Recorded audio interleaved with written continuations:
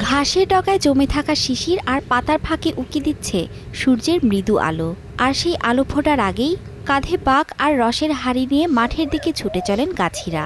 কুয়াশার মাঝেই টুপটাপ ঝরে খেজুর রস, আর সেই রসেই তৈরি হয় গুড়। শীত নামলেই ঝিনাইদহের গ্রামে গ্রামে ধুম পড়ে নলেন গুড় তৈরি।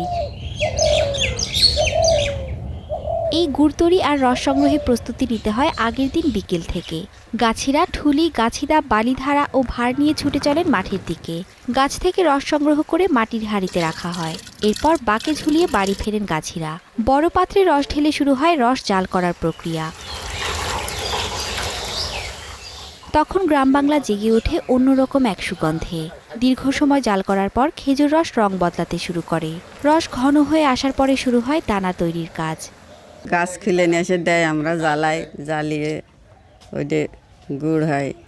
বিষ মেরে ওইটা ঝোল হলে এমনি বিষ মারা হয় না, আর বিষ মারলে ওইটা দানা পড়ে যায়। আর এই নতুন ধান আসছে, ওইটা পিঠা মেটা খাওয়ানো হয়। গাছ কাটা হয় মসৃণভাবে, তারপরেই নলি দিয়ে গড়িয়ে পড়ে রস। রাতভর রস পড়ে ভরে থাকে হাঁড়ি।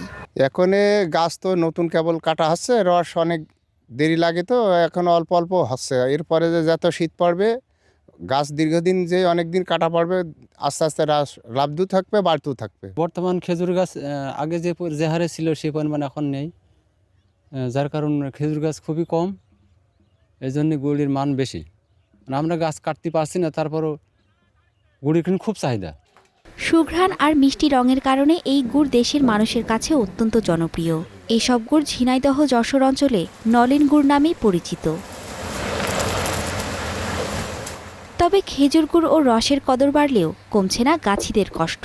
শীত উপেক্ষা করে ঝুঁকি নিয়ে গাছ পেয়ে রসের ওঠানো নামানোর মতো কঠোর পরিশ্রম করলেও জোটে না ন্যায্য দাম। সরকারি কোনো প্রণোদনা, প্রশিক্ষণ বা গুড় তৈরির উপকরণ না পাওয়ারও আক্ষেপ তাদের। কিছু ব্যবসায়ী আছে যারা প্রান্তিক পর্যায় থেকে গুড়গুলো কিনে নিয়ে যে ভেজাল দেয়, যেগুলো তারা উচ্চ মূল্যে বিক্রি করে, এবং যারা প্রান্তিক কৃষক তারা ক্ষতিগ্রস্ত হচ্ছে। দেখি যে এরা কী কষ্ট করে এর পিছনে, কিন্তু ন্যায্য মূল্যটা পায় না সবসময়। কৃষি ডিপার্টমেন্ট যারা আছে, যদি এদের একটু প্রণোদনা বা একটু ভর্তুকির ব্যবস্থা করে, তাহলে আমার মনে হয় যে জীবনমান আর একটু সুন্দর হয়। জেলা প্রশাসনের তথ্য মতে প্রতি বছর শীতে ঝিনাইদহে প্রায় ৭২ মেট্রিক টন খেজুর গুড় উৎপাদন হয়। Desk report, star news.